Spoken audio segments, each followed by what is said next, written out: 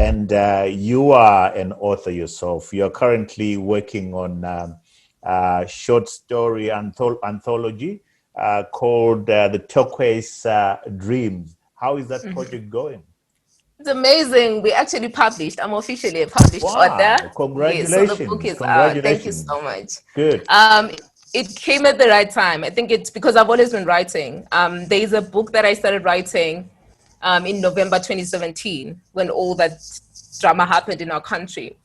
But I think over the years, because it's got emotional moments, it's always so difficult to get past certain chapters. So I've never really pushed myself enough to publish. So when this project came and someone said, I want to compile stories by Zimbabwean women of the experiences of Zimbabwean women, I was like, okay, I need to commit to this.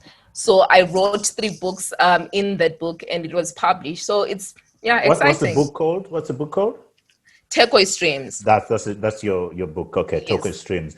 Oh, And you mean the book that I was writing? Yeah. Craziest thing, the title is Dear Mr. President. Oh wow. Okay. Yeah, So so it's been I'm working published. on You're finishing it. working on Not it. yet. You're working. Okay. Yeah. All right. And what books have you read, Mantate, that you would recommend to our book-loving audience? So there's one particular book that I always tell everyone about that shaped the way I look at wealth creation. Because like I mentioned, I'm very high on making money because when you have money, you do more. There's a book called The Joseph of Arimathea Calling by Dr. Francis Miles. That book came to me as a Christian to say, for the longest time, we're told that money is the root of evil. People take out the love of in that conversation to say money in itself as a Christian is almost a bad thing. It's almost ungodly to want more money. So when I read that book and it talks about the example of Joseph, the guy who took down Jesus' body from the cross and buried him and paid for everything literally. So it talks about how this guy was not born again. He wasn't a child of God in the sense of the other disciples, but he offered his resources to do something for God. So it talks about the need for us to channel resources that are not from a Christian space into advancing the kingdom of God. So the one thing that it mentions is that as Christians, we need to influence the marketplaces. You can't complain about the pricing of things, that it's ungodly, blah, blah, blah, or there's corruption in the way people do business. If you're not in those spaces, you can't influence. So it talks about the need for us to access resources and then channel them back into advancing how I see myself doing that is I don't own so much now, but the projects that I do, the small projects that I do, where I'm paying school fees for girls, I'm doing this for young women. This is my way of advancing a good cause. So that's what happens when you have money. So that's the first book that I really recommend for anyone interested in business and wealth creation to check out. Then the second book is by Spencer Johnson called Who Moved My Cheese. Right. It's an amazing book. Like I'm always referring to it because it talks about people that have made it, getting to a place where you have found, like, this is my high of success. So it talks about the tendency of people to want to stay here. Like, you want to control and stay with that kind of wealth, but wealth doesn't stay. When you're spending, you're reducing it.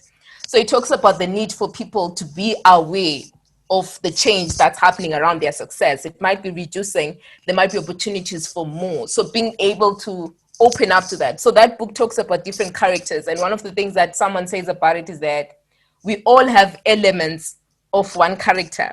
At some point, we are open to change.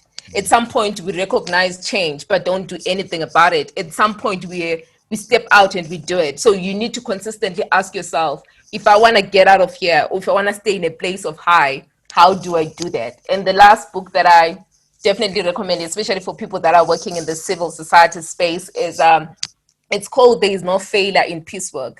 And it talks about the story of this young woman called Baka.